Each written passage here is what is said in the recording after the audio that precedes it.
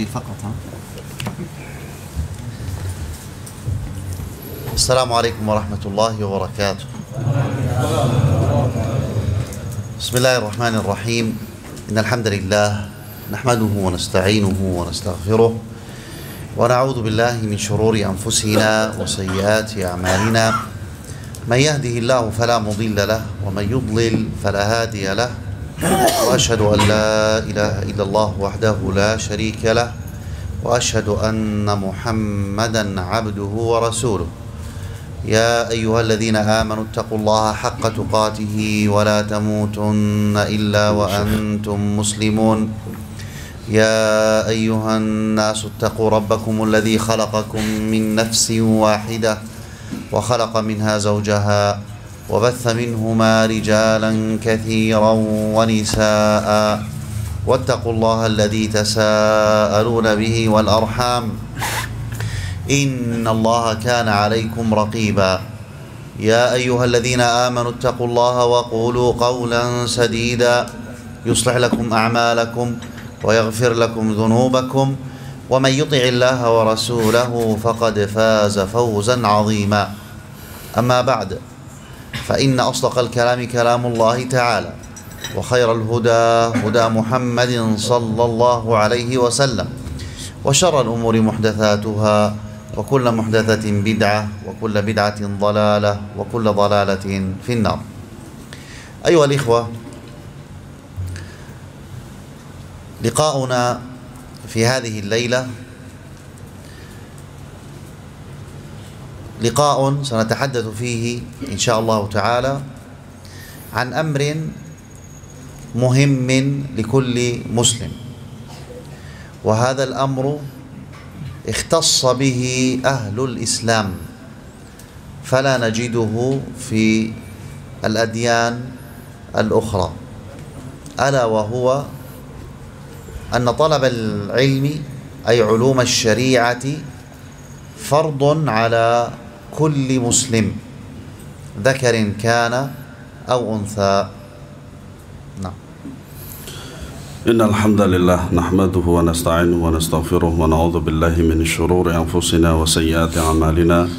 من يهده الله فلا مضل له ومن يضلل فلا هادي له. أشهد أن لا إله إلا الله وأشهد أن محمدا عبده ورسوله. Setelah beliau membuka muqaddimah dari muhadarah ini, yaitu khutbatul hajah, kemudian beliau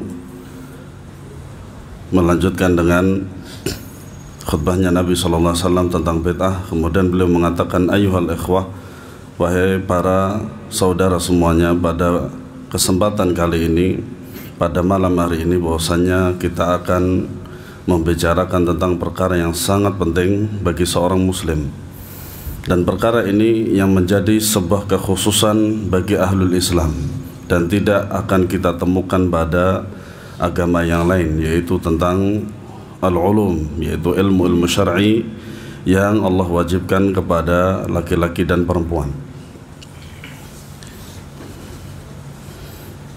Nah, wa awwalu syai'in من القرآن الكريم أنزل على النبي صلى الله عليه وسلم اقرأ اقرأ اقرأ 3 مرات. يقول جبريل عليه السلام لنبينا صلوات الله وسلامه عليه اقرأ، فيقول النبي صلى الله عليه وسلم ما أنا بقارئ. كلنا يعلم أن النبي صلى الله عليه وسلم كان أميا لا يقرأ ولا يكتب، فقال له جبريل اقرأ، فقال النبي صلى الله عليه وسلم ما أنا بقارئ، ثم قال له اقرأ، قال ما أنا بقارئ، ثم قال اقرأ باسم ربك الذي خلق خلق الإنسان من علق اقرأ وربك الأكرم الذي علم بالقلم. هذه ال4 آيات هي أول ما نزل من القرآن الكريم. kemudian yang pertama kali Allah Subhanahu wa ta'ala turunkan, yaitu berupa Al-Quran, yaitu berupa surat Iqra yang dimulai dengan kata Iqra, sehingga Jibril alaihi salam mengatakan kepada Nabi SAW, Iqra sampai 3 kali. Akan tetapi yang seperti kita ketahui bahwasanya Nabi SAW ummiyun, yaitu seorang Nabi la yaqra wa la yaktub, yang tidak bisa menulis dan tidak bisa membaca. Akan tetapi Jibril alaihissalam selalu mengatakan kepada Nabi sampai 3 kali, kemudian beliau barulah bisa mengatakan itu. Dan inilah ayat yang pertama kali, 4 ayat yang telah Allah turunkan kepada Nabi Muhammad sallallahu alaihi wasallam.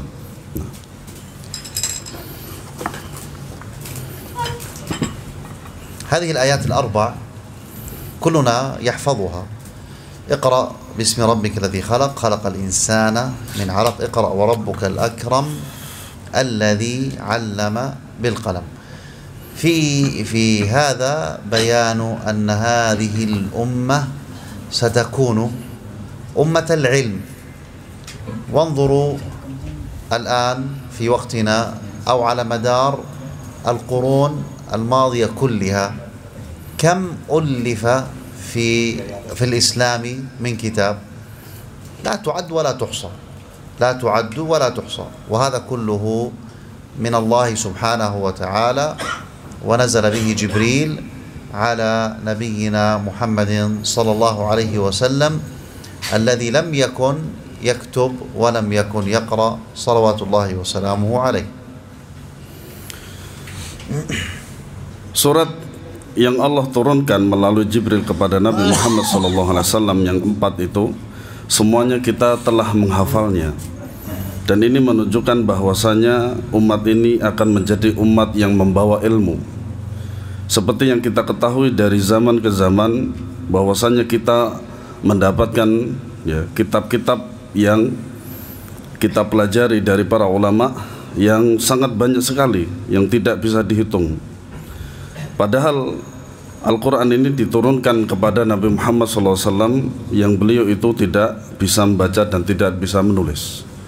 Nah, والإنسان يحب أن يتعلم، وما أكثر العلوم، ولكن العلم الذي جاء من عند الله سبحانه وتعالى هو العلم الذي ينبغي أن يعتنى به. Dan manusia itu sangat mencintai untuk mempelajari atau belajar. Dan betapa banyaknya ilmu itu. Akan tetapi ilmu yang datang dari Allah Subhanahu wa taala itulah yang lebih wajib untuk kita pelajari. فالله عز وجل خلق الإنسان. ممكن ما ناخذ شيء منه. الله سبحانه وتعالى خلق الإنسان وتكفل له بالرزق. هذا الجسد تكفل الله عز وجل له بالغذاء الذي يغذيه. نعم. Allah Subhanahu wa taala telah memberikan atau telah memberatkan kepada kita, pada badan kita itu dengan banyak sekali gizi. Na'am wallah. وكذلك خلق في الإنسان الروح، وهذه الروح أيضا جعل الله سبحانه وتعالى لها غذاءها، فكان غذاؤها هو الوحي الذي ينزل من عند الله سبحانه وتعالى. Begitu juga dengan roh. Maka roh itu adalah ciptaan Allah Subhanahu wa taala dan dia membutuhkan nutrisi. Adapun nutrisi roh itu adalah wahyu dari Allah Subhanahu wa taala. ولا نجد أحدا هدي إلى العناية بالجسد والعناية بالروح مثل ما هدي أهل الإسلام. Dan tidaklah kita menemukan bahwasanya di antara manusia ini yang mempunyai perhatian terhadap roh dan jasad itu kecuali di dalam Islam. فالله سبحانه وتعالى خلق الناس ولم يتركهم من غير أن يبين لهم طريق الهداية ويبين لهم طريق الغواية، فحثهم على سلوك طريق الهداية ونهاهم وحذرهم من سلوك طريق الغواية. Allah Subhanahu wa ta'ala menciptakan manusia, dan tidaklah Allah Subhanahu wa ta'ala meninggalkan mereka itu kecuali telah menjelaskan kepada kita tentang jalannya hidayah dan al-ghiwayah, yaitu tariqah al-hidayah, yaitu berupa hidayah, al-ghiwayah, kegiatan pribadi secara umum bagi kaum muslimin. Nah, وكان ذلك بما أنزل الله سبحانه وتعالى على رسوله محمد صلى الله عليه وسلم. نعم. وكان ذلك بما أنزل على النبي صلى الله عليه وسلم. Dan demikian itulah Allah Subhanahu wa ta'ala atau Al-Quran itu diturunkan kepada Nabi sallallahu alaihi wasallam. فالقرآن وحي والسنة وحي وهما النور الذي يضيء للإنسان الطريق في ظلمات الكفر والجهل والمعاصي. Dan Al-Quran merupakan wahyu, begitu juga sunnah merupakan wahyu, dan keduanya lah yang memberikan atau menerangi jalan dari kesesatan menuju kepada cahaya. فكلما تعلم الإنسان ما جاء في كتاب الله وما جاء في سنة رسول الله صلى الله عليه وسلم فإنه يكون سالكا الطريق المستقيم. Maka barang siapa atau ketika seorang manusia itu mempelajari apa-apa yang datang dari Al-Quran dan Sunnah, maka dia telah berjalan menuju hidayah. ولذلك حاجة الإنسان إلى العلم أشد من حاجته للطعام والشراب والنفس. Oleh karenanya ilmu itu lebih dibutuhkan bagi manusia daripada makan, minum, dan bernafas. يقول النبي صلى الله عليه وسلم طلب العلم فريضة على كل مسلم، ومسلم هنا يشمل الذكر والأنثى. Oleh karenanya Nabi Shallallahu Alaihi Wasallam bersabda bahwasanya menuntut ilmu merupakan kewajiban bagi seorang muslim, dan kata muslim ini mencakup muslim dan muslimah. فأنت يا عبد الله لما تطلب العلم فأنت تتقرب إلى الله سبحانه وتعالى. Maka engkau wahai hamba Allah Subhanahu wa ta'ala, apabila engkau sedang menuntut ilmu, ketahuilah bahwasanya engkau telah atau engkau dalam mendatangi Allah atau mendekatkan diri kepada Allah Subhanahu wa ta'ala. فإذا تعلمت شيئا يحبه الله سبحانه وتعالى فأنت تطبقه وهذا يقربك إلى الله. Ketika engkau mempelajari sesuatu di dalam Islam ini atau dengan ilmu ini, maka engkau harus merealisasikannya sehingga engkau betul-betul dicintai oleh Allah Subhanahu wa ta'ala. وإذا تعلمت شيئا مما يكرهه الله سبحانه وتعالى ولا يرضاه فتبتعد عنه فإن هذا أيضا يقربك إلى الله سبحانه وتعالى. Dan apabila engkau mengetahui atau mempelajari sesuatu yang tidak dicintai atau dibenci oleh Allah Subhanahu wa ta'ala, maka ini juga merupakan salah satu bentuk muraqabah atau mendekatkan diri kepada Allah Subhanahu wa ta'ala.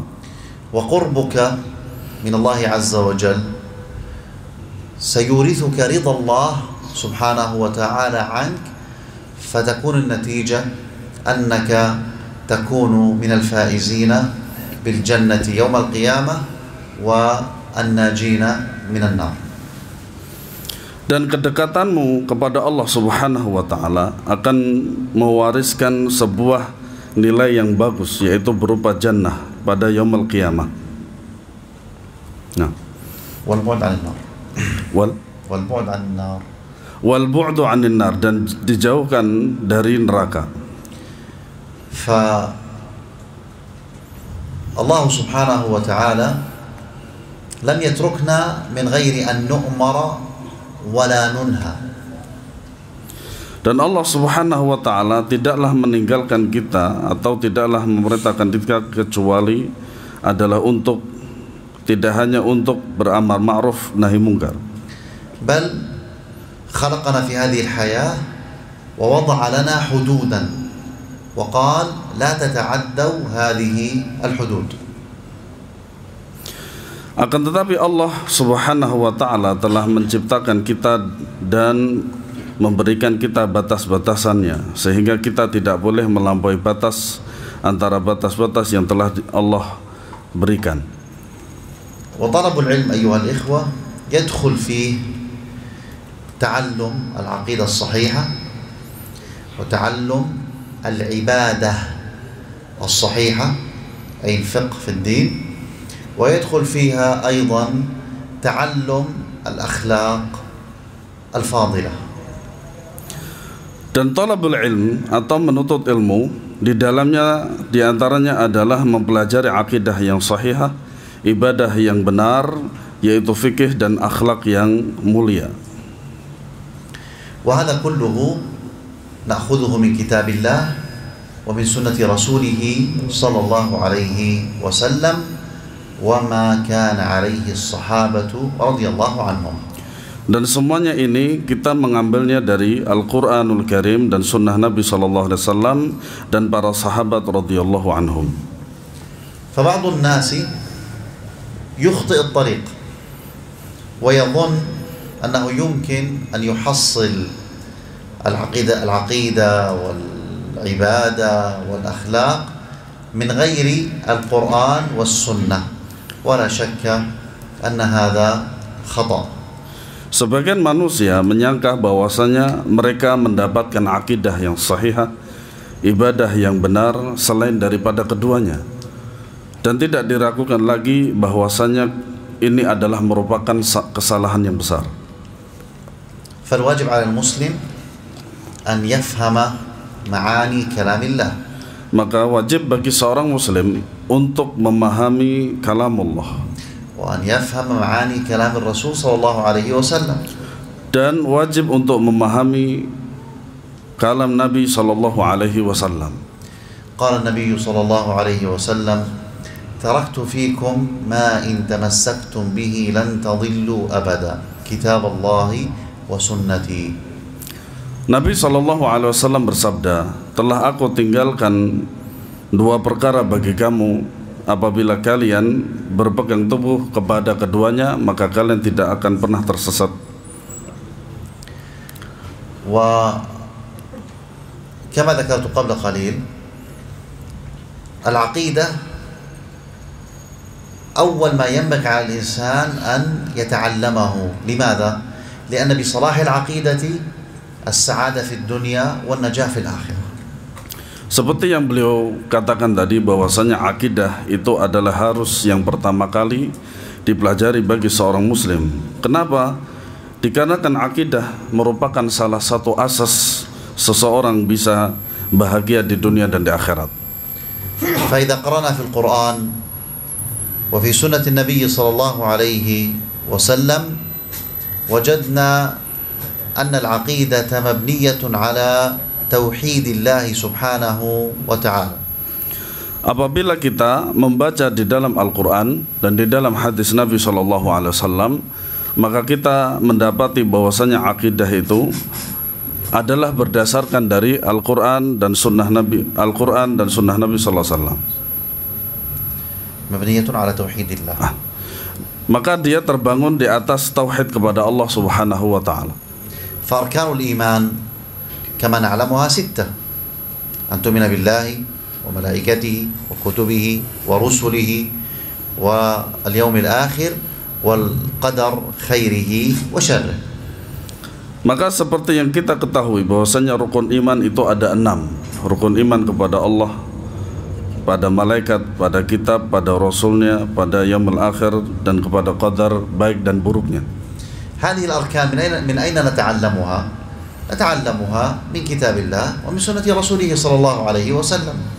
Rukun-rukun ini dari manakah kita mempelajari? Maka kita mempelajarinya dari Al-Quran dan Sunnah Nabi Sallallahu Alaihi Wasallam. وأضرب لكم مثلا. Beliau akan memberikan contoh. نقرأ في القرآن الكريم قول الله عز وجل الرحمن على العرش استوى في 7 مواضع وردت في القرآن الكريم. Di antaranya apabila kita membaca kalamullah, yaitu Ar-Rahmanu 'alal 'arsy istawa, Allah beristiwa di atas arsy, maka kita mendapati ada 7 ayat tentang ayat tersebut. والآيات في القرآن والأحاديث في السنة كلها تدل على أن الله سبحانه وتعالى له العلو المطلق، فالله سبحانه وتعالى فوق المخلوقات. Ayat-ayat dan hadis-hadis Nabi SAW yang menceritakan tentang tersebut atau menjelaskan tentang tersebut, bahwasanya Allah Subhanahu wa taala mempunyai sifat al-ulu, yaitu maha tinggi. نجد بعض الناس ممن لم يتعلم العقيدة الصحيحة يقول الله في كل مكان والعياذ بالله. Maka kita dapati sebagian manusia yang tidak mempelajari akidah sahih, mereka mengatakan bahwasanya Allah berada di mana-mana tempat. وهذا لا يجوز. Dan ini tidak boleh. فالله سبحانه وتعالى فوق خلقه ليس داخل خلقه. Maka Allah Subhanahu wa taala maha tinggi di atas makhluknya dan bukan pada makhluknya. يأتي أناس يقولون بأن الله سبحانه وتعالى يعني بلا مكان. Sebagian manusia ada yang mengatakan bahwasanya Allah Subhanahu wa taala itu ada tanpa tempat. لو سألنا هؤلاء الذين يقولون بأن الله في كل مكان أو الذين يقولون الله بلا مكان، هل عندكم دليل من القرآن أو السنة؟ الجواب لا يوجد. Apabila kita bertanya kepada mereka, ketika mereka mengatakan bahwasanya Allah Subhanahu wa taala berada di mana-mana tempat atau Allah ada tanpa membutuhkan tempat, apakah ada dalil dari Al-Quran dan Sunnah Nabi Sallallahu Alaihi Wasallam? Maka kita dapati jawabannya mereka akan menjawab tidak. بينما العقيدة الصحيحة أن الله سبحانه وتعالى فوق خلقه. Maka akidah yang sahihah tentang Allah Subhanahu wa taala, bahwasanya Allah Subhanahu wa taala itu berada di atas makhluknya. هناك حديث في صحيح الإمام مسلم أنه جاءت جارية أي بنت صغيرة فسألها النبي صلى الله عليه وسلم أين الله؟ قالت في السماء. وقال لها من أنا؟ قالت أنت رسول الله. فقال النبي صلى الله عليه وسلم لسيدها أعتقها فإنها مؤمنة. شهد لها بالإيمان لما أقرت بأن الله سبحانه وتعالى فوق الخلق وأن هذا هو رسول الله صلى الله عليه وسلم. Sebagaimana yang disebutkan di dalam Sahih Muslim, bahwasanya jariyah, yaitu anak kecil, itu ditanya oleh Nabi Sallallahu Alaihi Wasallam, di mana Allah? Kemudian dia mengatakan fis sama, di atas langit. Kemudian hamba tersebut, budak tersebut, oleh Rasulullah SAW diperintahkan oleh majikannya untuk dimerdekakan, dikarenakan dia bisa menjawab pertanyaan Rasulullah SAW, yaitu di mana Allah. Dia menjawab Allah fis sama. ننتقل إلى العبادة. نحن نصلي في اليوم والليلة 5 صلوات افترض الله عز وجل علينا الصلاة في اليوم والليلة 5 صلوات. هذا إلى صلوات السنن إلى صلوات النافلة، فإذا نصلي في اليوم والليلة صلوات كثيرة. Kemudian kita akan membahas tentang ibadah, bahwasanya kita salat dalam sehari semalam itu ada 5 salat yang sebagaimana Allah Subhanahu wa taala perintahkan kepada kita. Dan di dalamnya juga, di dalam salat terdapat sunnah-sunnahnya atau salat-salat sunnah. ونجد أن الله عز وجل في القرآن الكريم قال وأقيموا الصلاة. Allah Subhanahu wa taala memerintahkan dengan firman-Nya aqimus shalah, maka dirikanlah salat. ولكن كيف نصلي جاء بيان ذلك وتفصيله في سنة النبي صلى الله عليه وسلم. Maka bagaimanakah kita melaksanakan mendirikan salat itu?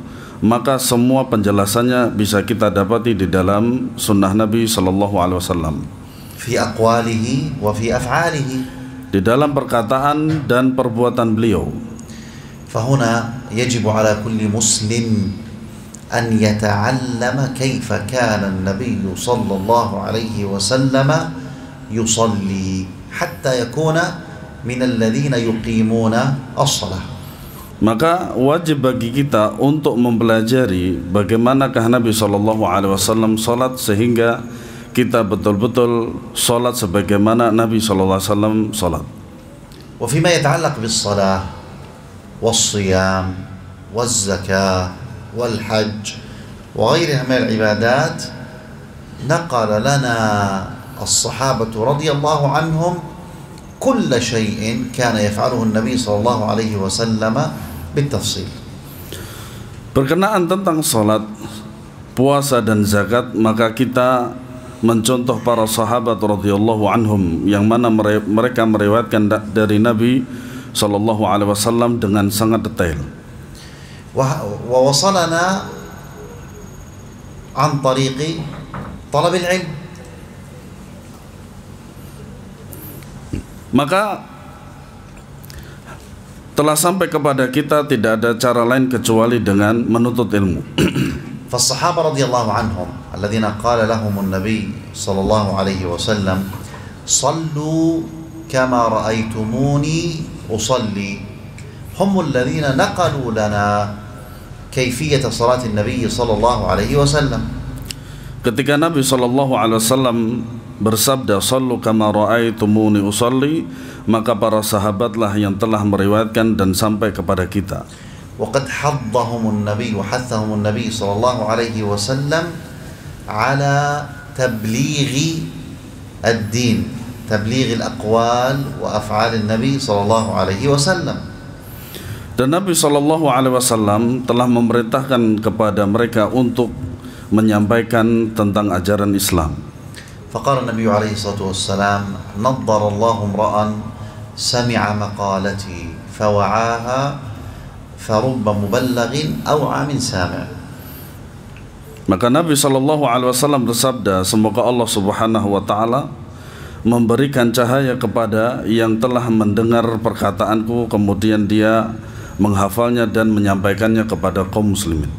وقال النبي صلى الله عليه وسلم بلغوا عني ولو آية.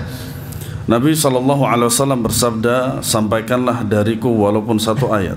فنحن نشهد أن الرسول صلى الله عليه وسلم بلغ البلاغ المبين وأدى الأمانة.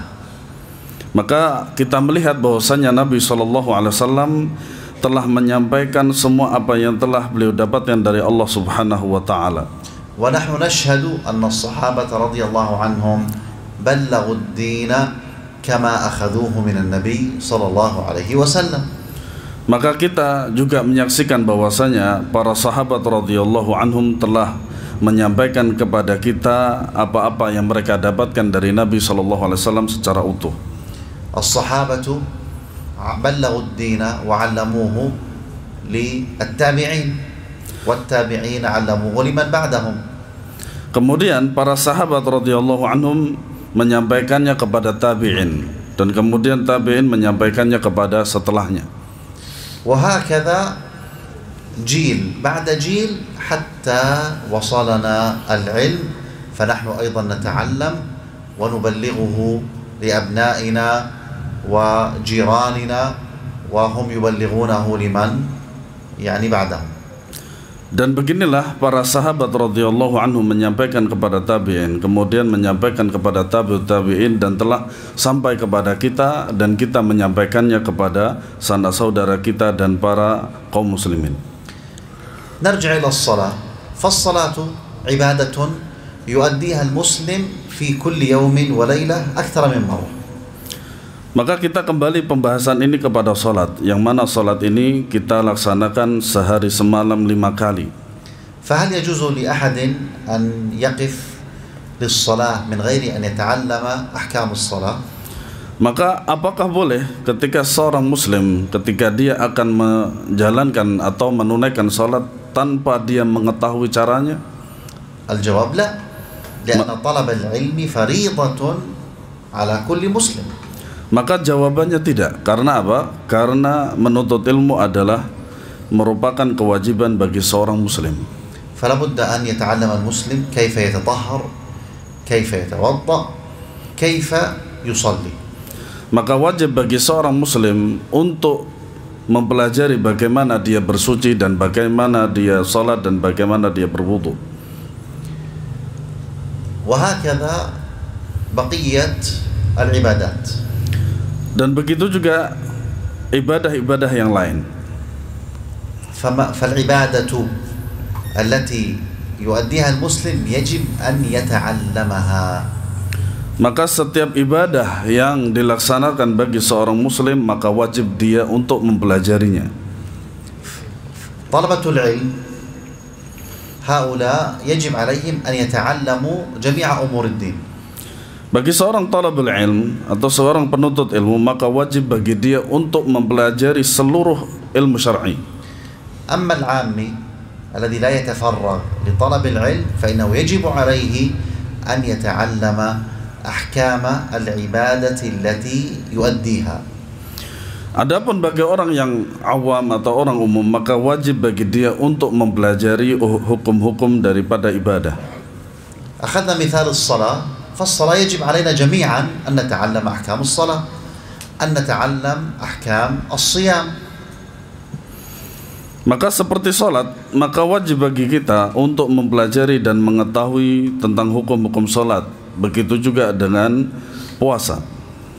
شخص يريد أن يذهب للعمرة أو يذهب للحج يجب أن يتعلم أحكام العمرة وأحكام الحج قبل أن يذهب لأداء العمرة وأداء الحج. Apabila seseorang ingin berangkat umrah atau haji, maka wajib bagi dia untuk mempelajari perihal tentang manasik umrah atau haji sebelum dia berangkat.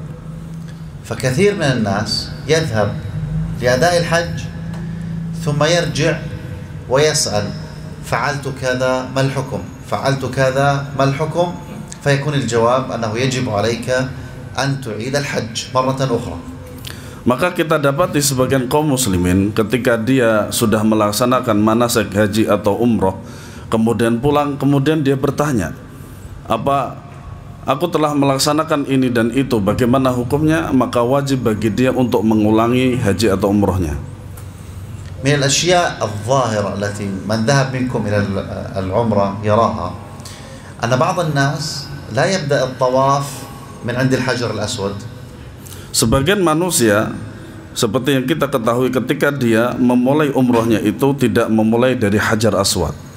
يبدأ مثلا نقول هذه الكعبة، هنا الحجر الأسود، قبله الركن اليماني، وكثير من الناس إذا جاء عند هذا الركن يرفع يديه. فإذا كان الإنسان لا يعرف الأحكام ولا يفرق بين الحجر الأسود وهذا الركن الذي قبل الحجر الأسود الركن اليماني، يبدأ يقول بسم الله الله أكبر، يبدأ الطواف من هنا ويستمر، فيكون طوافه ناقص وتكون عبادته غير صحيحة. Kita ketahui bahwasanya di Ka'bah itu sebelum adanya Hajar Aswad atau sebelum Hajar Aswad adalah rukun Yamani. Maka kita dapati sebagian mereka itu memulai tawafnya itu dari rukun Yamani, kemudian mengangkat tangannya dan kemudian mengatakan Bismillah Allahu Akbar, dan ini merupakan suatu kesalahan. Maka wajib bagi dia untuk mengulangi dan tidak sahih. Nah, والأمثلة على هذا كثيرة جدا. Dan contoh-contoh semacam ini sangat banyak sekali. لكن المقصود أنه يجب على الإنسان أن يتعلم أحكام العبادة قبل أن يؤدي العبادة.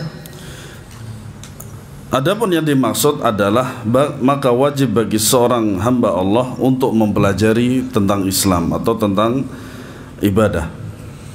مثلا رجل فقير ما عنده مال، فهل هذا يجب عليه أن يتعلم أحكام الزكاة؟ الجواب لا، إلا إذا كان طالب علم ولو كان فقيرا وغالبا طلبة العلم فقراء، فهذا يجب في حقه أن يتعلم أحكام الزكاة حتى إذا سئل يجيب. Seperti contoh seorang yang fakir, maka wajib bagi dia untuk mempelajari tentang zakat. Yang kita temui bahwasanya banyak sekali para thalabul ilmi mereka itu adalah orang-orang fakir. Maka wajib bagi mereka untuk mempelajari zakat sehingga suatu saat dia ditanya tentang zakat dan berfatwa tentang zakat. لكن هذا الرجل الفقير بعد فترة من الزمن والله يحول من حال إلى حال، أصبح غني، أصبح عنده مال، أصبح عنده تجارة.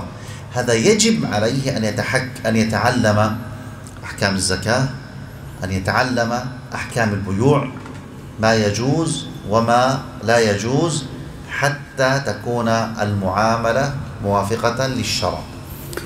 Nah, rajul fakir ini, seorang yang fakir ini, ketika Allah Subhanahu wa Ta'ala merubah keadaannya menjadi orang yang kaya raya, maka wajib bagi dia untuk mempelajari tentang zakat, kemudian tentang perdagangan, sehingga dia menunaikan zakat itu dengan atau perdagangan itu dengan benar.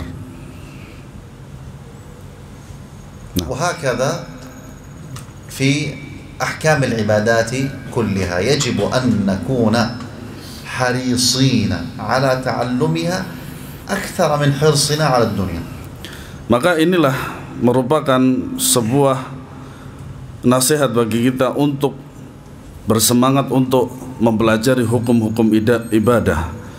Maka kita lebih semangat untuk mempelajari hukum ibadah daripada kita mempelajari tentang duniawiyah. لو أراد أحد منا أن يشتري سيارة مثلا أو يشتري موتور، فستجده يسأل عن الأنواع ويسأل عن العيوب التي تكون في مثلا في السيارة أو في الموتور، يسأل عن السعر والثمن حتى لا يغلب، ويذهب يمكن يفحص عند أكثر من شخص حتى يطمئن أنه يعني فعل هذا الفعل على أتم وجه وأكمله. فالدين أولى بهذا الحرص من حرصنا على الدنيا. Ketika seseorang ingin membeli mobil atau motor, maka dia banyak sekali bertanya kepada seorang tentang apakah jenisnya, kemudian bagaimana tentang harganya dan lain sebagainya tentang motor tersebut. Kemudian dia banyak sekali bertanya supaya hatinya tenang. Maka dalam agama lebih lagi, ketika dia mempelajari ilmu syar'i, maka lebih lagi untuk bertanya kepada para ulama.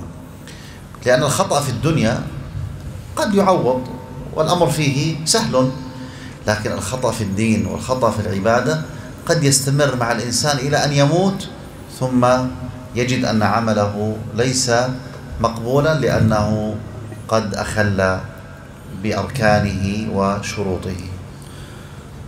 Dikarenakan kesalahan dalam masalah dunia itu bisa dimaafkan, akan tetapi kesalahan di dalam mempelajari agama itu akan dibawa sampai dia mati. وكما قلت لكم في أول الدرس أن طلب العلم الشرعي اختصت به هذه الأمة ولا يوجد في أي أمة من الأمم.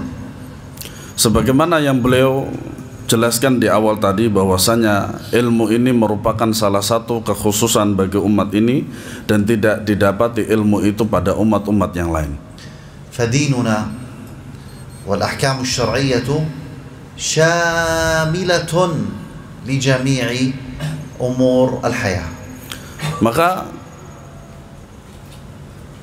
al-ilm syar'i dan hukum-hukum syariat itu, maka dia mencakup atau universal pada seluruh perkara agama.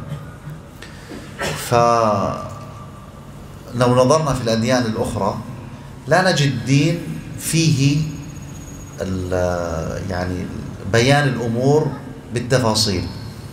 Kalau kita melihat pada agama-agama yang lain, maka kita tidak akan mendapati penjelasan tentang agama itu secara detail. بل نجد فيه النقص الكثير. Akan tetapi bahkan kita mendapati banyak sekali kesalahan. لذلك امتن الله على هذه الأمة بقوله اليوم أكملت لكم دينكم وأتممت عليكم نعمتي ورضيت لكم الإسلام دينا. Oleh karenanya Allah Subhanahu wa taala berfirman, Al-yawma akmaltu lakum dinakum. Pada hari ini telah aku sempurnakan bagimu agamamu dan telah aku sempurnakan nikmatku. Wa raditu lakumul Islam dina. Dan Allah Subhanahu wa taala meridhai Islam sebagai agamamu. Wa hadhihi al-ayah nazalat 'ala an-nabi sallallahu alaihi wasallam yaum Jumu'ah wa huwa waqifun bi Arafah fil Hajj. Dan ayat ini Allah Subhanahu wa taala turunkan pada hari Jumat pada hari Arafah. Walidhalika jaa Yahudi wa qala li Umar radhiyallahu anhu ayatun fi kitabikum law nazalat alaina ma'shara yahud laj'alna dhalika al-yawma 'iidan. Faqala ay ayah fadhakar hadhihi al-ayah. Faqala Umar radhiyallahu anhu ama inni a'lamu ayna nazalat ala Rasulillah sallallahu alaihi wasallam 'ashiyata Arafah. 'ashiyata Arafah wa an-nabiy sallallahu alaihi wasallam waqifun bi Arafah. Ayat ini diketahui oleh orang-orang Yahudi sehingga salah seorang Yahudi mendatangi Umar ibn al-Khattab dan dia mengatakan bahwasanya ada satu ayat di dalam Al-Quran, apabila Allah turunkan kepada kami maka kami akan menjadikan hari itu sebagai hari Id, hari besar. Dan Umar ibn al-Khattab mengatakan, aku tahu ayat itu turun di mana dan kapan. Dan waktu itu Nabi SAW, ayat ini diturunkan pada Nabi SAW di hari Jumat dan di hari Arafah. Mukmil atau adhan? Adhan. Fadhal ya Syekh. Taib qahwa.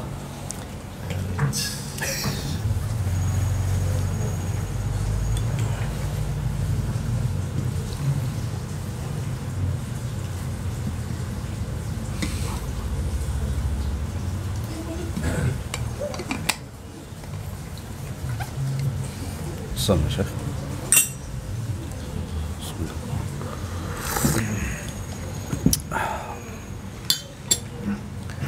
Bismillah, alhamdulillah, wassalatu wassalamu ala rasulillah. ولا تكتب تحول إلى اللغة العربية لتسريع الوقت.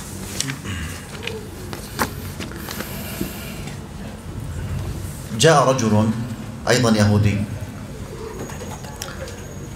وقال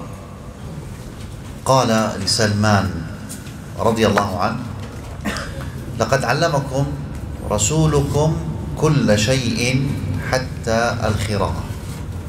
يعني لقد علمكم رسول الله صلى الله عليه وسلم كل شيء حتى آداب قضاء الحاجة.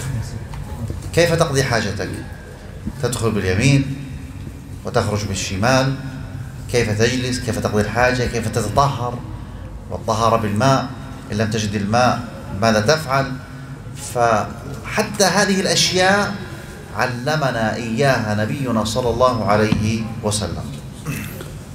Maka datanglah seorang Yahudi kepada Salman Al-Farisi. Dia mengatakan, Allamakum rasulukum kulla syai'in hatta al-khira'ah. Rasul kalian sallallahu alaihi wasallam telah mengajarkan kepada kalian segala sesuatu sampai adab buang air besar. Maka di dalam adab-adab Islam telah dijelaskan bahwasanya bagaimanakah masuk ke dalam WC atau keluar dalam WC, bagaimana kalau tidak mendapatkan air, maka semuanya telah dijelaskan oleh Nabi sallallahu alaihi wasallam dengan sangat terperinci. Wa yaqul Abu Darda radhiyallahu anhu, ma qubida Rasulullah sallallahu alaihi wasallam wa ma min ta'irin yatiru bi janahihi illa taraka lana minhu ilma. Berkata Abu Darda radhiyallahu anhu, tidaklah Rasulullah sallallahu alaihi wasallam diwafatkan oleh Allah Subhanahu wa taala dan tidaklah seekor burung mengepakkan sayapnya, maka beliau telah menjelaskan kepada kita tentang ilmunya. فنجد أن أحكام الشريعة شاملة لجميع مراحل الإنسان في حياته أو قبل حتى أن يولد وهو في بطن أمه وإذا ولد وحياته وأيضا بعد الموت. فأحكام الإسلام كاملة من جميع الوجوه. Maka kita dapati hukum-hukum syariat itu sangatlah universal, mencakup segala sesuatu. Bahkan sebelum kita dilahirkan di dalam perut ibu kita, dan bahkan sampai kita setelah mati, maka semuanya telah dijelaskan di dalam Islam. كذلك كما أنها تذكر أحكام الفرد كذلك تذكر وشاملة لأحكام الجماعة. نعم. كما أن أحكام الشرع شاملة للفرد أيضا تشمل أحكام الجماعة. Sebagaimana hukum-hukum syariat itu bagi individu, maka juga mencakup untuk seluruhnya. الغرب الآن الذي ينظر إليه الناس نظرة التعظيم والإجلال لم إلى الآن انظر في حياتهم تجد ما عندهم شيء اسمه طهارة، لا يوجد عندهم شيء اسمه يعني نظافة، عندهم نظافة يعني ظاهرية لكن داخلية باطنية لا يوجد عندهم هذه الأشياء، وهم الآن بلغوا ما بلغوا من العلم والتقدم. Apabila kita melihat secara umum bahwasanya sebagian manusia itu, kita dapati bahwasanya mereka itu tidak sampai kepada ilmu Al-Quran atau ilmu Islam, maka mereka tidak tahu bagaimana caranya membersihkan diri mereka dengan air, sehingga padahal mereka itu telah mencapai pada modernisasi daripada ilmu pengetahuan. Nah, والكلام في هذا الموضوع يعني كثير، وبيان أن الحضارة الغربية وما وصلت إليه لا يمكن أن تصل إلى سمو وكمال الإسلام، لأن الإسلام وحي، أما حياتهم فهي اجتهادات في اجتهادات ولا يمكن أن تصل إلى الكمال. Maka ketika kita berbicara tentang sumu, al-ulu, يعني الرفعة، المنزلة الرفيعة. طيب معلش. طيب الغرب لا، مهما بلغ من التقدم طيب. من التقدم لا يصل إلى ما وصل إليه الإسلام، لأن الإسلام وحي وهم حياتهم اجتهاد في اجتهاد. طيب. Kalau kita ketahui bahwasanya orang-orang barat misalkan mereka itu telah sampai kepada perkembangan yang sangat menakjubkan, akan tetapi mereka tidak mendapati keindahan Islam, bahwa padahal Islam itu atau ilmu Islam itu penuh dengan wahyu. Nah, وبما أننا ذكرنا الغرب فأقول الحضارة التي يعيشها الغرب الآن هي حضارة انبنت على حضارة المسلمين، فقد كنا قبل قرون نحن في مقدمة الأمم لما كنا متمسكين بديننا وكنا نطلب العلم الطلب الصحيح تقدمنا الأمم، ولكن لما ابتعدنا عن الدين وابتعدنا عن اقرأ أخذ الغرب علومنا وزادوا عليها ووصلوا إلى ما وصلوا إليه. Pada dasarnya kemajuan orang-orang barat itu yang kita ketahui, maka ketahuilah bahwasanya Islam itu lebih dahulu mengalami kemajuan. Ketika mereka berpegang teguh kepada agama mereka, maka Allah Subhanahu wa taala menjadikan mereka pada zaman keemasan, dan ilmu adalah pada Islam. Akan tetapi ketika kaum muslimin itu meninggalkan agama mereka, maka mereka yaitu orang-orang Eropa itu mengambil ilmu-ilmu kita. وهذا ما يشهد به الغربيون الآن، ليس هذا فقط نحن نقوله، لا هذا مثبت تاريخيا، والآن هم أيضا يعترفون بهذا، وإن كان ينكره كثير منهم لكن أيضا عقلاؤهم يثبتون هذا. Maka inilah yang bisa kita saksikan bahwasanya mereka telah mengakui bahwasanya sebenarnya kemajuan itu telah diraih dan dimiliki oleh kaum muslimin yang terdahulu. Nah, فعلم الفلك والطب والحساب والهندسة هذه كلها سبق إليها وكان المسلمون قد تقدموا فيها تقدما كبيرا. Maka seperti ilmu falak atau ilmu membangun handasah dan lain sebagainya itu, maka kita ketahui ini adalah yang pertama kali meletakkan adalah kaum muslimin. أيها الإخوة، فيما تبقى من الوقت نسأل سؤالا ونجيب عليه، ألا وهو كيف نطلب العلم؟ Soal dari Syekh, bagaimana cara kita menuntut ilmu? Angkat tangan. الجواب أنا أسأل وأجيب. معلش لا بأس. معلش. الجواب أيها الإخوة أن من رحمة الله سبحانه وتعالى بالإنسان أن يجد شيخا طالب علم يعلمه. Maka wajib bagi seorang muslim, jawabannya adalah untuk mendapati seorang syekh sehingga dia bisa belajar kepadanya. فقد يريد الإنسان يطلب علم لكن ينخدع بشخص ليس بطالب علم ولا يتعلم منه شيئا أو يتعلم منه شيئا ليس بصحيح. Atau kita dapati bahwasanya seorang dia menuntut ilmu tapi tidak memberikan manfaat, atau dia tidak dikenal sebagai seorang talibul ilm. فالطالب العلم المؤهل هو الذي يكون قد عرف بأنه طلب العلم ودرس في الجامعة مثلا أو درس على المشايخ وأنه يعني عنده علم شرعي. Maka di antara salah satu ciri seorang talibul ilm adalah dia betul-betul belajar di universitas atau belajar di hadapan syekh dan mempelajari beberapa usul di dalam Islam atau di dalam ilmu syar'i sehingga dia betul-betul menguasai semuanya. فكثير من الناس للأسف تجده يتصدر ويمسك الكتاب ويقرأ ولكنه لم يتعلم أصلا العلم على أهله، فهذا لا شك أنه سيكون خطأه أكثر من صوابه. Maka kita dapati sebagian para talibul ilm itu dia menampakkan diri membawa kitab, akan tetapi sebenarnya dia tidak menuntut ilmu, maka ini kesalahannya lebih banyak.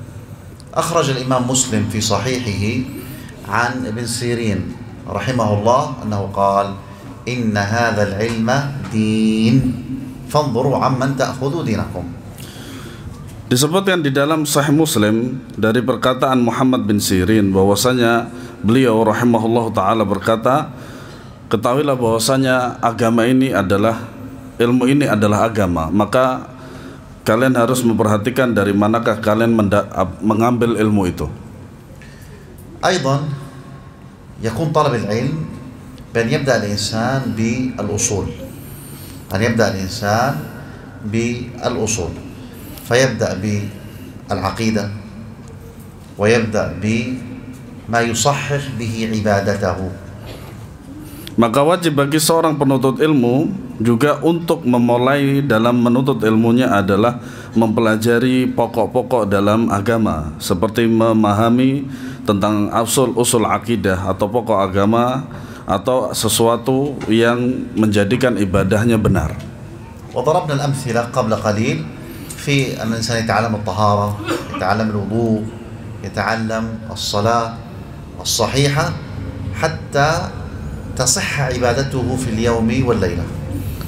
Seperti halnya yang beliau contohkan, bagaimanakah kita bisa bersuci, bagaimana kita berwudu, dan bagaimana kita sholat, maka kita harus mempelajari hukum-hukum syar'inya sehingga kita betul-betul bisa menjalankan ibadah itu dengan benar. كذلك من الأشياء المهمة في طلب العلم أن يبدأ دائما بالأصول. مثلا أمامي هنا ما شاء الله مكتبة، فهذه المكتبة فيها كتب صغيرة وفيها ما شاء الله مجلدات. Dan perkara yang sangat penting yang harus dimulai dari seorang talibul ilm adalah mempelajari pokok-pokok dalam ilmu syar'i. Seperti halnya kita ketahui di musala kita ini terdapat maktabah, dan di maktabah itu ada buku yang kecil dan ada buku yang berjilid-jilid. فيسمع أحد الحاضرين المحاضرة والحث على طلب العلم، فيقول أنا سأطلب العلم ولا بد أن أجتهد في طلب العلم. يأتي المكتبة ما شاء الله يبحث عن أكبر كتاب. أكبر كتاب أمامي فتح الباري شرح صحيح البخاري. berapa jilid؟ 30 تقريبا. كم؟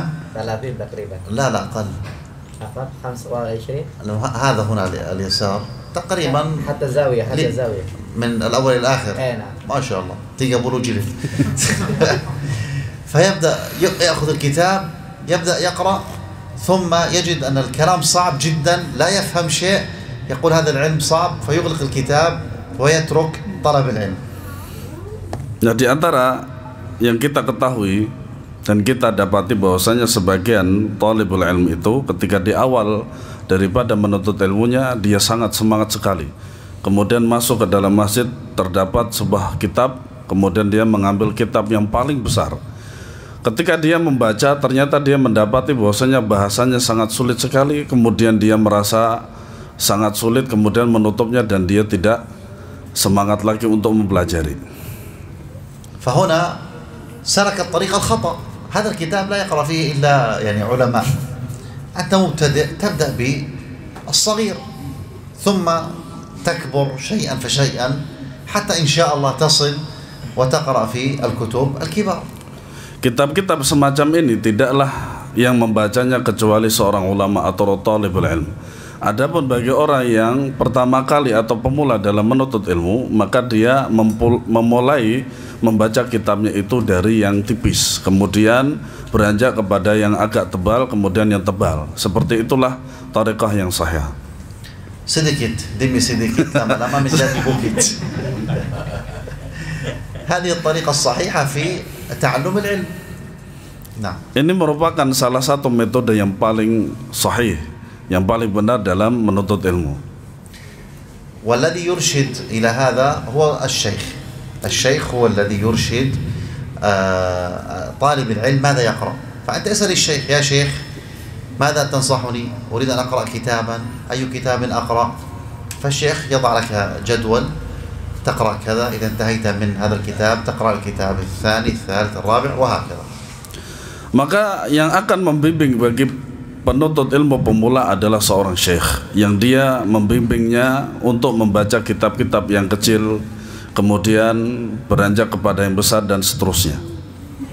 وأنتم الحمد لله هنا ما شاء الله إمامكم تلميذي بموجي ما شاء الله يعني طالب علم، وهذه نعمة كبيرة أن يكون إمامكم طالب علم، ففي هذا إن شاء الله خير الدنيا والآخرة. Alhamdulillah, imam kita Al-Ustadz Pamuji, beliau merupakan salah satu murid dari Syekh Dr. Malik Husain Sya'ban, dan beliau telah mengakui akan keilmuan beliau, maka jangan ragu. Nah, وكذلك من الأشياء المهمة في طلب العلم يا إخوة هو أنك تتعلم لتعمل، تتعلم وتطبق العلم الذي تعلمته. Maka sesuatu yang paling penting bagi seorang talibul ilm adalah belajar ilmu untuk diamalkan. Nah, فالذي يتعلم ولا يعمل فهذا لا يستفيد شيئا. maka barang siapa yang dia mempelajari ilmu tetapi tidak diamalkan, maka dia tidak mendapatkan faedah. وكما قال الشاعر: هتف العلم بالعمل فإن أجابه وإلا ارتحل. إذا عملت بما تعلمت ثبت عندك العلم بل زاد، أما إذا لم تعمل فإن العلم سينسى. Seperti perkataan syair bahwasanya ilmu itu dibutuhkan akan amalan. Apabila ilmu itu diamalkan, maka akan memberikan faedah berlakunya. Akan tetapi apabila ilmu itu tidak diamalkan, maka dia akan hilang.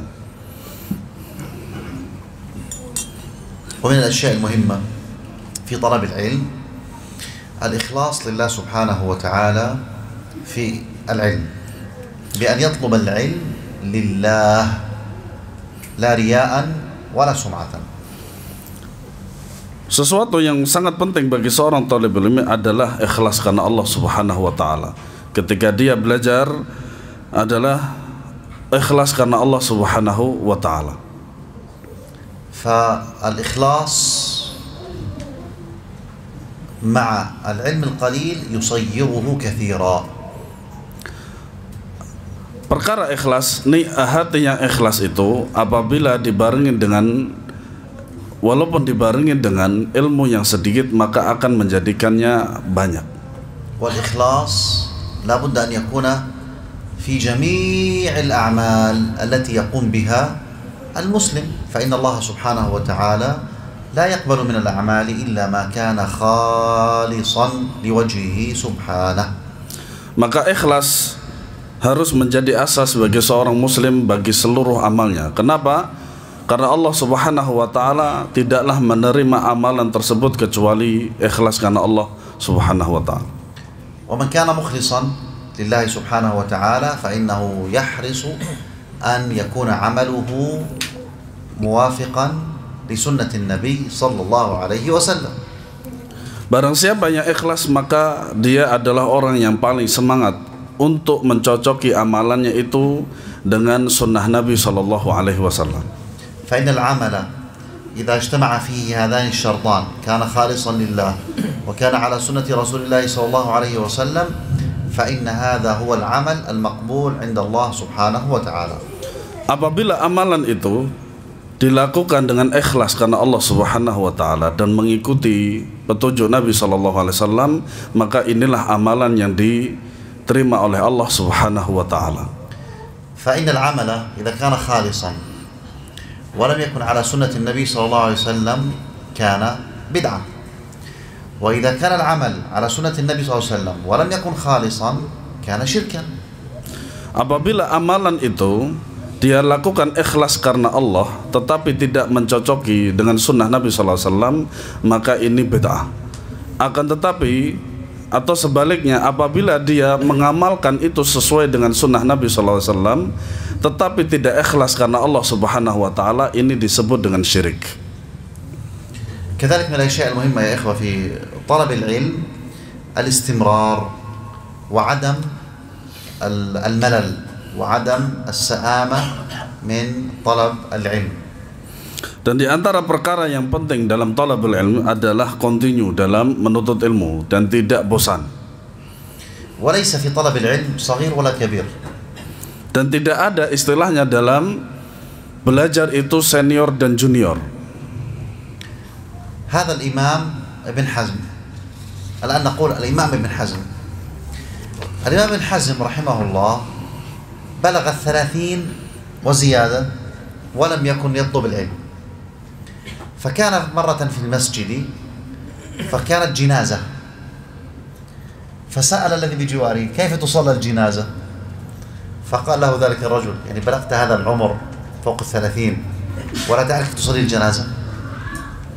فاستحيا من نفسه ثم ذهب واجتهد وطلب العلم وأصبح الإمام ابن حزم. Di antara contohnya adalah Al-Imam Ibnu Hazm Al-Andalusi rahimahullah ta'ala, bahwasanya beliau pada umur 30 tahun itu beliau belum adalah salah satu ulama yang memulai thalabul ilminya. Suatu saat ketika beliau masuk masjid dan di dalamnya ada jenazah, kemudian beliau duduk dan kemudian beliau bertanya kepada sampingnya, bagaimana caranya sholat jenazah? Kemudian dijawab oleh dia, bagaimana engkau ini umur 30 tahun tidak tahu sholat jenazah? Akhirnya dia malu dan kemudian beliau semangat untuk mempelajari agama Islam, dan kemudian seperti yang kita ketahui jadilah beliau imam besar. Nah, ومن الأشياء يا إخوة التي تعين على تثبيت العلم أن تعلم غيرك. نحن قلنا قبل قليل أنك تتعلم وتعمل، أيضا تعلم غيرك.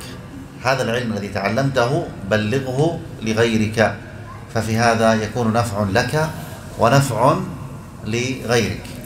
Di antara sesuatu yang penting dalam thalabul ilmi adalah tathbitul ilm, yaitu tetapnya ilmu di dalam diri kita. Nah, di antara wasilahnya adalah mengajarkan ilmu ini kepada yang lain. Maka hal ini akan memberikan manfaat kepada kita dan manfaat kepada yang lain. وهذه من الأشياء المهمة في الإسلام أن المسلم يكمل نفسه بطلب العلم ويعمل وهو يعيش في مجتمع فهو أيضا يكمل هذا المجتمع بأن ينقل إليهم ويعلمهم ما تعلم. Inilah perkara-perkara yang sangat penting di dalam Islam, yang mana bagi seorang muslim itu bisa menyempurnakan dirinya di dalam masyarakat dan dia bisa bersosialisasi dengan masyarakat, sehingga ketika dia bisa menyempurnakan dirinya maka dia juga bisa menyempurnakan kepada masyarakat yang lain. كذلك من الأمور المهمة الصبر فالصبر يا إخوة يحتاجه الإنسان في كل شؤونه. Dan di antara perkara yang sangat penting adalah bersabar. Maka sabar ini merupakan kebutuhan bagi seorang untuk segala sesuatunya. نحن الآن جالسون هنا من بعد المغرب وفي درس هذا ما الذي يجعلنا نجلس الآن لنا ساعة وزيادة الذي جعلنا نجلس والصبر لو لم يكن عندنا صبر نخرج نذهب لا نكمل لكن الصبر هو الذي يجعلك تستمر وتجلس وتسمع. Kita duduk di musola kita ini setelah maghrib, dan apakah penyebab kita sampai sekarang bisa duduk di majelis ini? Di antaranya adalah kesabaran. Jika karena tanpa kesabaran, niscaya kita setelah maghrib langsung keluar dari musola ini dan tidak mengikuti kajiannya. والصبر نصف الإيمان الصبر نصف الإيمان. Dan kesabaran itu merupakan sebagian dari atau setengahnya dari iman. وبالصبر يستطيع الإنسان أن يبلغ الدرجات العالية. Dengan kesabaran seseorang bisa mencapai pada derajat yang sangat tinggi. رأى الإمام ابن القيم رحمه الله تعالى نملة تريد أن تحمل شيئا من الطعام وتريد أن تصعد يعني الجدار فكانت تحمل الطعام وتمشي تصعد ثم يسقط منها ثم ترجع وتأخذ هذه الحبة وتصعد وتسقط منها وهكذا تحاول حتى صعدت بتلك الحبة وذهبت إلى جحرها. فهذا من الفوائد التي نتعلمها من النمل. فالنمل ضرب الله به المثل في القرآن بل جعل سورة كاملة اسمها سورة النمل. فمن الفوائد التي نحن نتعلمها من النمل قضية الصبر.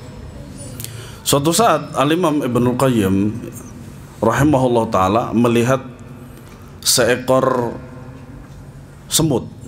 Seekor semut ini ingin membawa makanan itu ke rumahnya atau ke tempatnya dia, dan ternyata tempatnya itu berada di atas, sehingga Al-Imam melihatnya itu semut tersebut selalu mengulang ketika dia akan naik kemudian dia jatuh, ketika dia naik ya semut tersebut kemudian jatuh, dan dia selalu mengulang-ulang itu tersebut ya.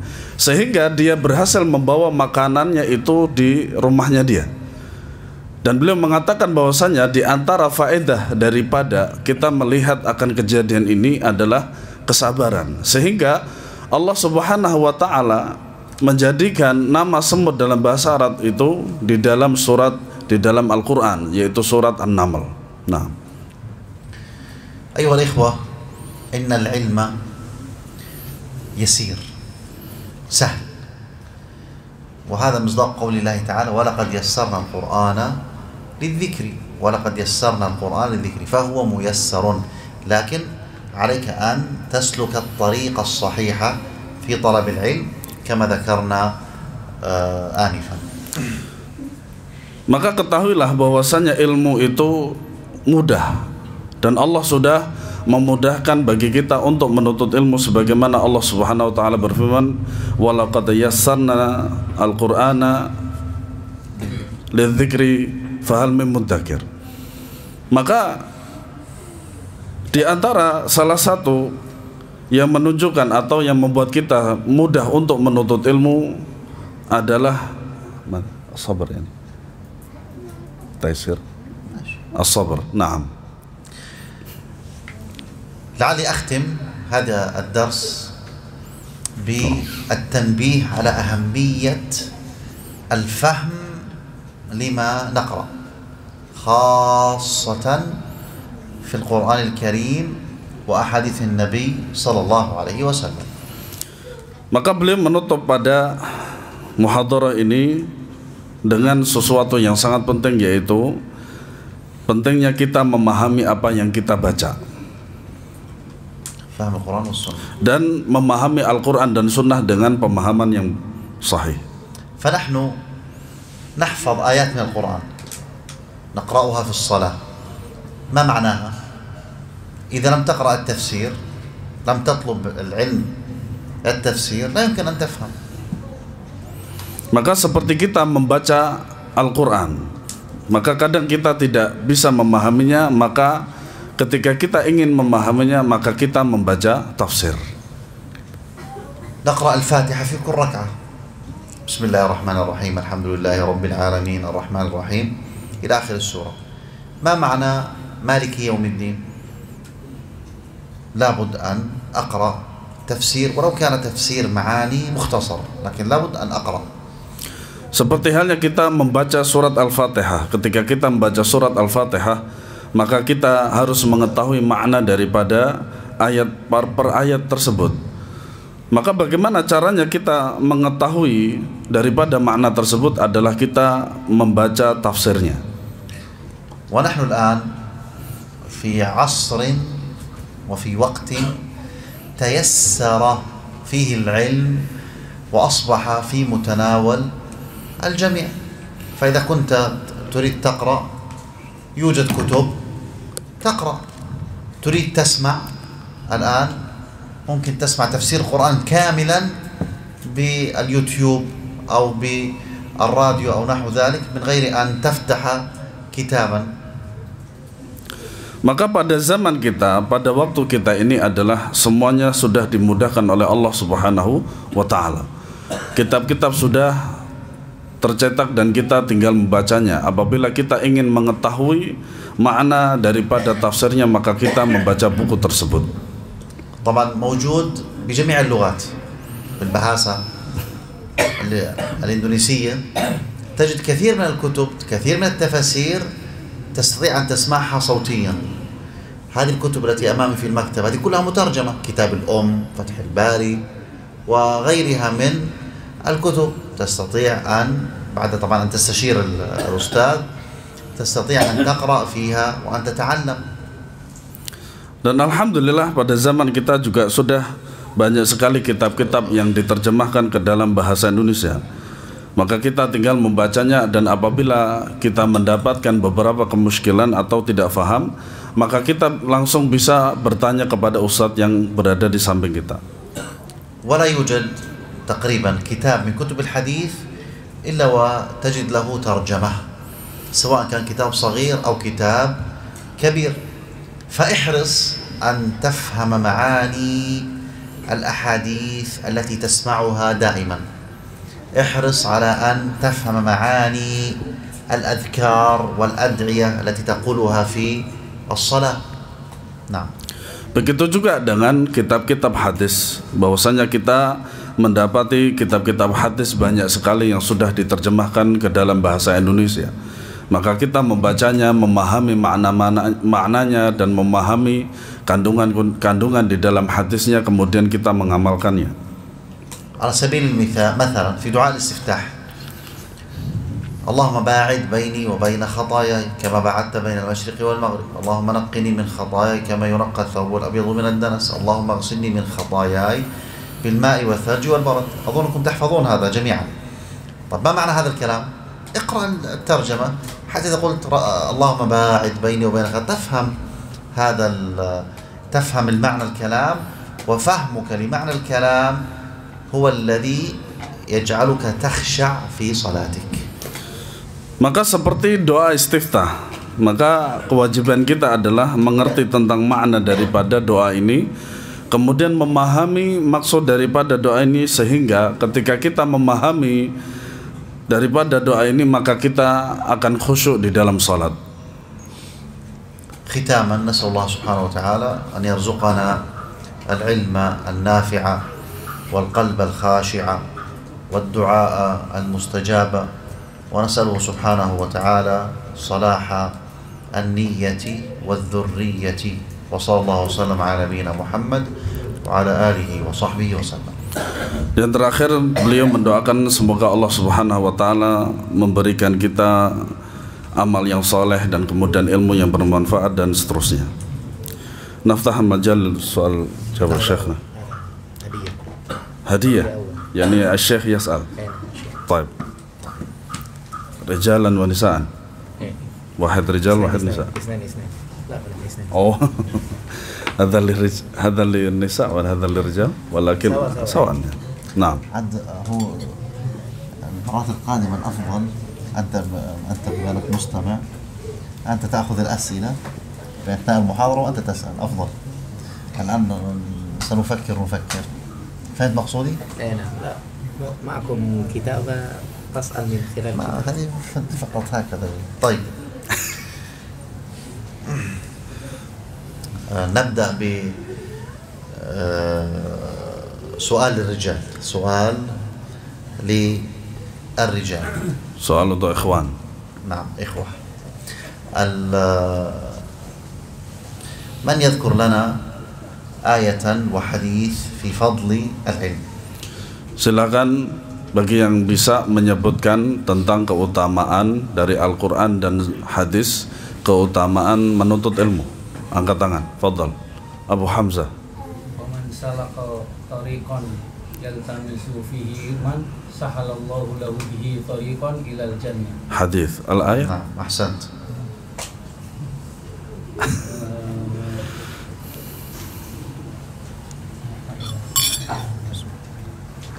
قال الله تعالى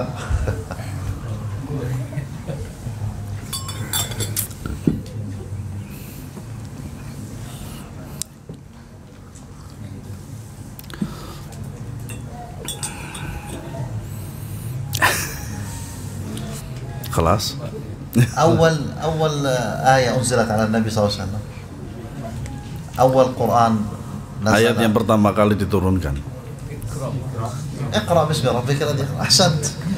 أين جوائز هذا؟ السلموجي؟ أبشر. هذا الرجال ولا النساء؟ نعم. هذا يسار يمين يمين؟ إيه. طيب تفضل. تفضل أبو حمزة. جزاك الله خير. طيب السؤال للأخوات. Soal untuk akhwat. من تذكر لنا آية في أن هذا الدين دين كامل؟ Sebutkan ayat yang menunjukkan bahwasanya agama Islam adalah agama yang sempurna. Akhwat. Akhwat ya Pak ya.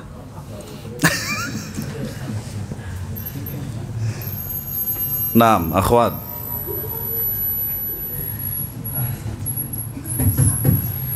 Ya, silakan.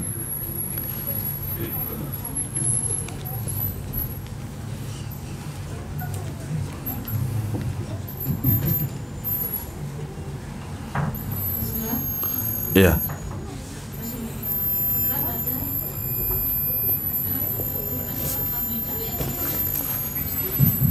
Lafadznya?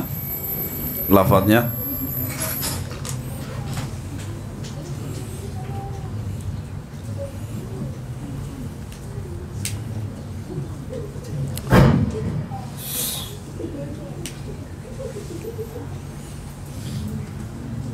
Ya, dilanjut. Lafadznya saja, ayatnya. Bunyi, nggak bisa bunyi itu ayat itu. Dengar nggak? Bacakan ayatnya, Ukhti. Al-yawma akmaltu lakum dinakum wa atmamtu alaikum ni'mati wa raditu lakumul Islam Ya, betul. Betul. أحسنتي. Ahsant. طيب سؤال الإخوة. إبراهيم طلع إبراهيم. أنا مع بعضها. أبشر. طيب.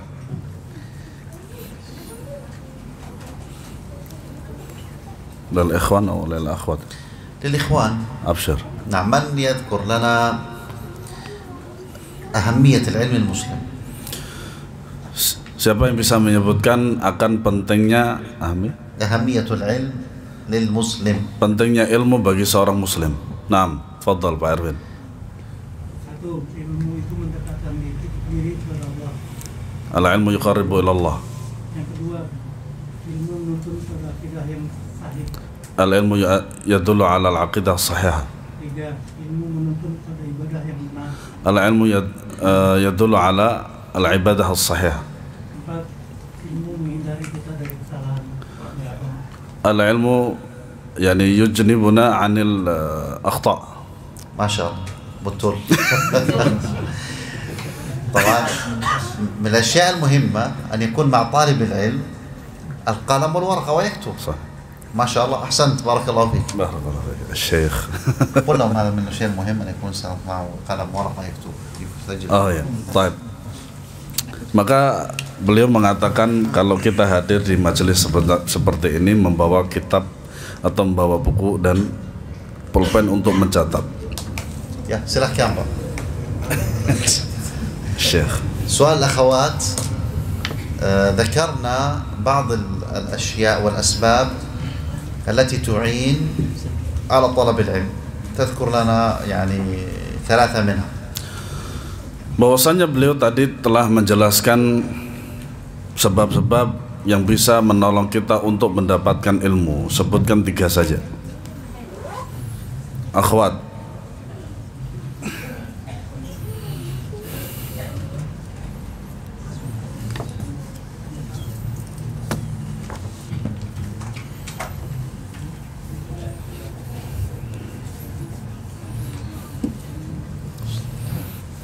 Nah, akhwat, jangan tawaduk ya. Ini tawaduk bukan pada tempatnya. Mohon pertanyaannya diulang. Taib. Sebutkan sebab-sebab yang bisa membantu kita atau menolong kita untuk mendapatkan ilmu. 3 saja.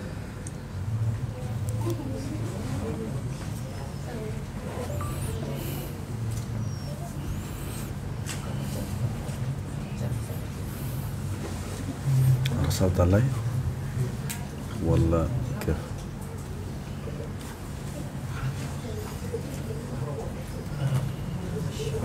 terjam tuh. Oh, أبشر.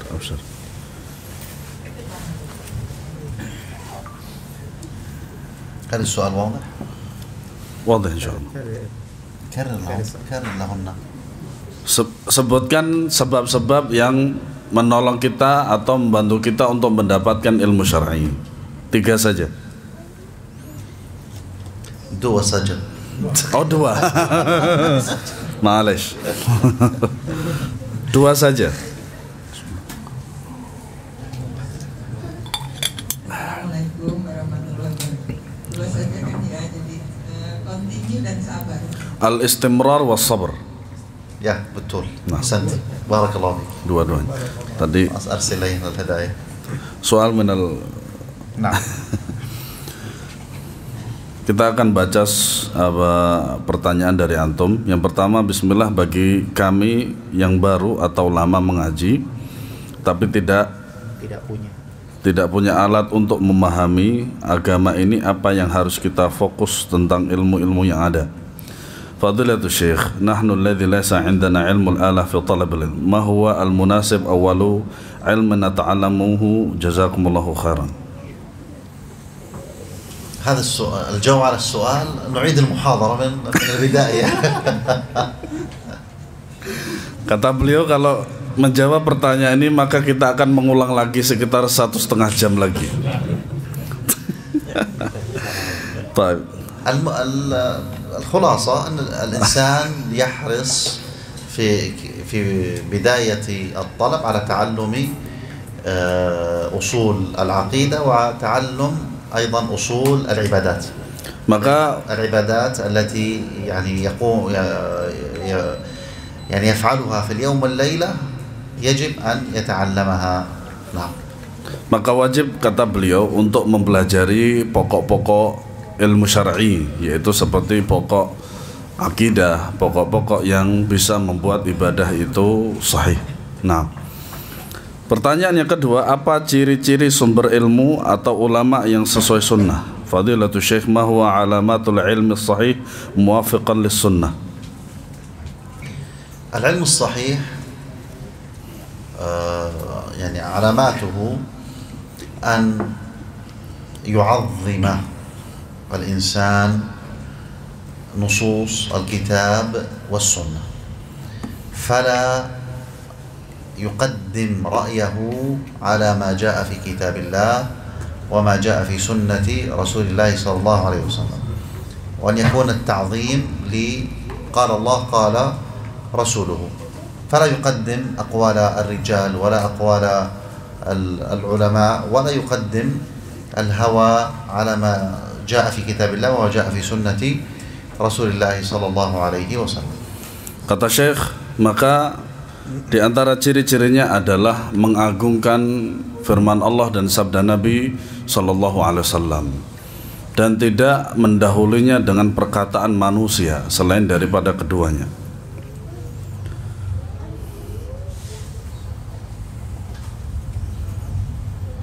Kemudian pertanyaan selanjutnya, Ustadz Syekh, amalan utama apa yang sebaiknya dilakukan oleh ibu-ibu yang telah lanjut usia?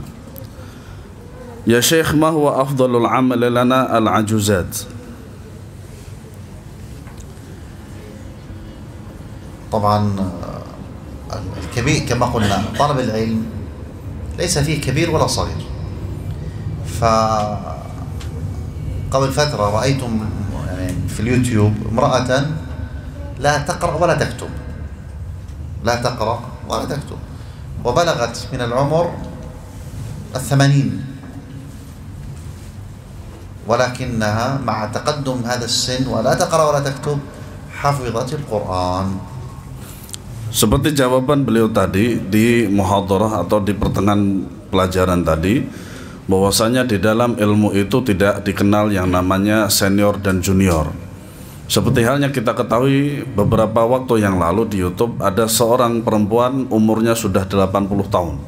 Dia tidak bisa membaca dan tidak bisa menulis, tetapi dengan berjalannya waktu ternyata dia bisa menghafal Al-Quran dengan mutqin.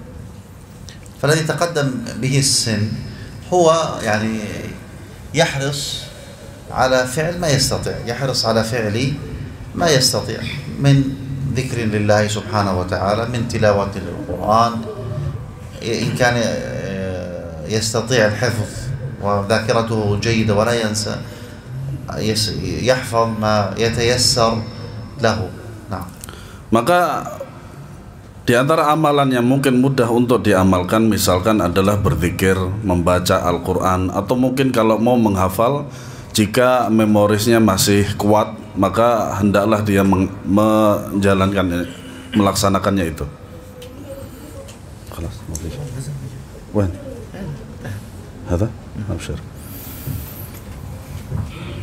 Pertanyaan selanjutnya,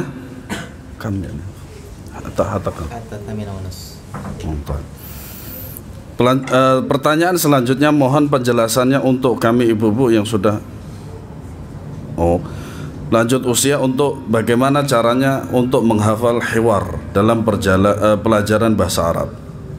Assalamualaikum ya Syekh, kaifa tariqatu hifdzil hiwar fi darsil lughah al-arabiyyah wa khasatan liman kabura wa sari'an nisyan. Jazakumullah khairan.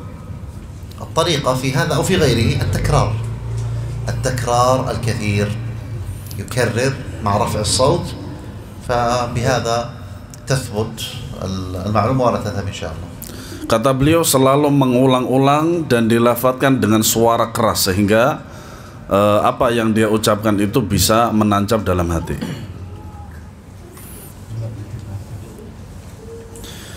Pertanyaan selanjutnya, Ana mau bertanya tentang ilmu apa yang harus dipelajari terlebih dahulu bagi seorang yang baru berhijrah. Assalamualaikum ya Syekh. Ma huwa awalul ilm alaina an nadrusahu awalan la siyama fi bidayatil hijrah. Jazakumullah khairan. ايش المقصود بالهجرة؟ يعني تحول من أهل البدعة إلى أهل السنة. هذا منها. أحيانا يعني هذه المصطلح يعني انتشر في بلادنا، كان أول يعني صوفيا أو خارجيا ثم عرف بمنهج السلف ثم تحول إليه، وأكثرهم من الفنان. ايش الفن؟ فنانة يعني إما مغني أو إما نعم. نعم، الواجب على الإنسان أولا أن يترك ما كان عليه من سواء كان معاصي أو كان بدع وضلالات، وأن يقبل على علم الكتاب والسنة، يقبل على علم الكتاب والسنة. وأهم ما يبدأ به كما ذكرنا قبل قليل أصول العقيدة حتى يبني عقيدته على أصل صحيح، وحتى يكون مقبولا عند الله سبحانه وتعالى، ويبدأ يتعلم شيئا فشيئا أحكام الدين. Yang pertama adalah meninggalkan semuanya yang telah dia perbuat dan menyesalinya, dan kemudian dia beranjak untuk mempelajari akidah-akidah yang sahih atau perkara ilmu-ilmu yang membahas tentang pokok-pokok daripada akidah atau perkara-perkara yang bisa membuat ibadahnya menjadi baik. Nah, ini ya. Oh, udah.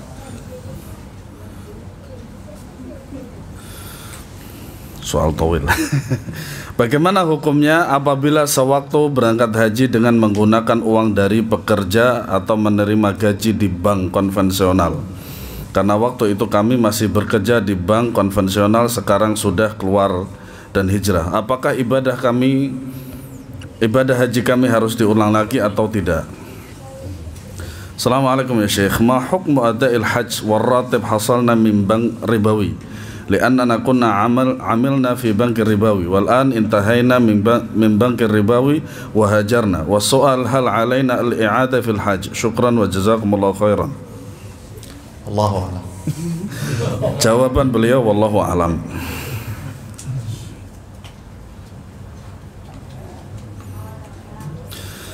Kemudian Syekh mohon nasihatnya bagi jamaah ibu-ibu yang sudah lansia supaya tetap istiqomah dan ikhlas dalam menuntut ilmu. Maklum kadang cepat ingat, kadang cepat lupa. Jazakallahu khairan. Fadilatu Syekh, ma nasihatukum lana fil istiqamah fi talabil ilm la siyama lil kibar dhukuruna wa unthana wa mushkilatuna sari'ul fahmi aidan wa ma'a dhalika sari'un nisyan. Jazakumullahu khairan. الجواب سبق، هو تثبيت العلم بالعمل، تثبيت العلم بالعمل، وكذلك تعلمه لغيرك. الكبير في السن عنده أبنائه، عنده أحفاده، يجلس معهم يعني يحفظهم آيات، يحفظهم أحاديث، سيكرر معهم، فهذا إن شاء الله يعني يثبت عنده al-ilm. Kata beliau, jawabannya tadi sudah diberikan, diantaranya adalah menetapkan ilmu, diantaranya adalah mengajarkannya kepada anak-anak atau cucu-cucunya, sehingga dia bisa mengulang pelajaran itu, atau dia juga mengajari anak dan cucunya dengan hadis-hadis atau ayat-ayat. Kemudian pertanyaan, bolehkah menyebar gambar penganiayaan dengan niat baik? Hal yajuzu lana an nunshira suwar ahadun yudhlimu ahadan hatta ya'khuduna al-ibrah min tilka suwar. كيف يعني أحد يظلم أحد؟ مثلا يعني الآن وقع في الهند ثم الصور انتشرت ننشره لأجل العبرة، ما حكم هذا؟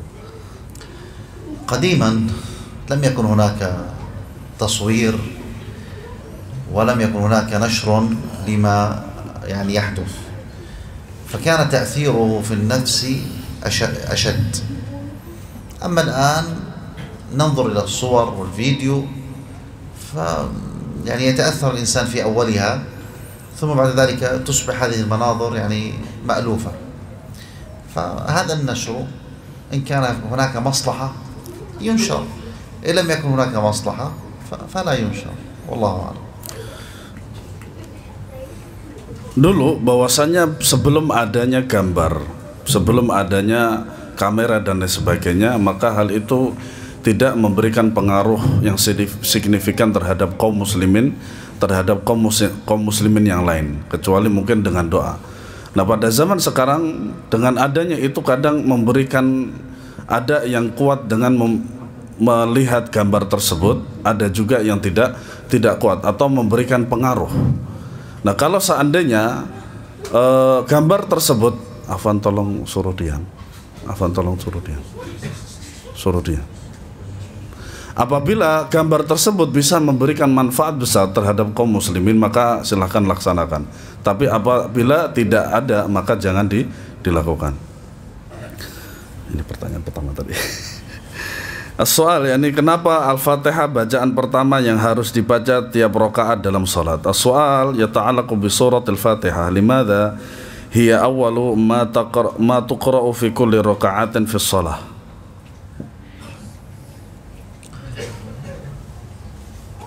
الجواب أن المسألة مبنية على الاتباع، فهكذا أمرنا الرسول صلى الله عليه وسلم، وهكذا كان يفعل الرسول صلى الله عليه وسلم، فنحن نفعل كما فعل الرسول عليه الصلاة والسلام. هذا أولا. ثانيا أن الفاتحة هي أم الكتاب، الفاتحة هي أم الكتاب، ولو فهمنا معنى الفاتحة حق الفهم لما شبعنا من تلاوتها. ما معنى أم الكتاب؟ فيها خلاصة ما في القرآن الكريم، وهذا يبين لنا أهمية طلب العلم. نعم. Jawabnya, yang pertama bahwasanya kita mengikuti daripada amalan Nabi atau perbuatan Nabi Sallallahu Alaihi Wasallam. Karena Nabi Sallallahu Alaihi Wasallam membaca di dalam Al-Quran, di dalam salat itu, maka kita mengikuti beliau. Yang kedua, bahwasanya surat Al-Fatihah itu merupakan ummul kitab, yaitu mencakup segala sesuatunya. Nah, soal apa hukumnya sekolah mengadakan studi tour, murid yang ikut dan yang tidak ikut harus tetap membayar? Apakah itu termasuk mengambil harta seorang secara batil? Ma hukmu studi tour apa?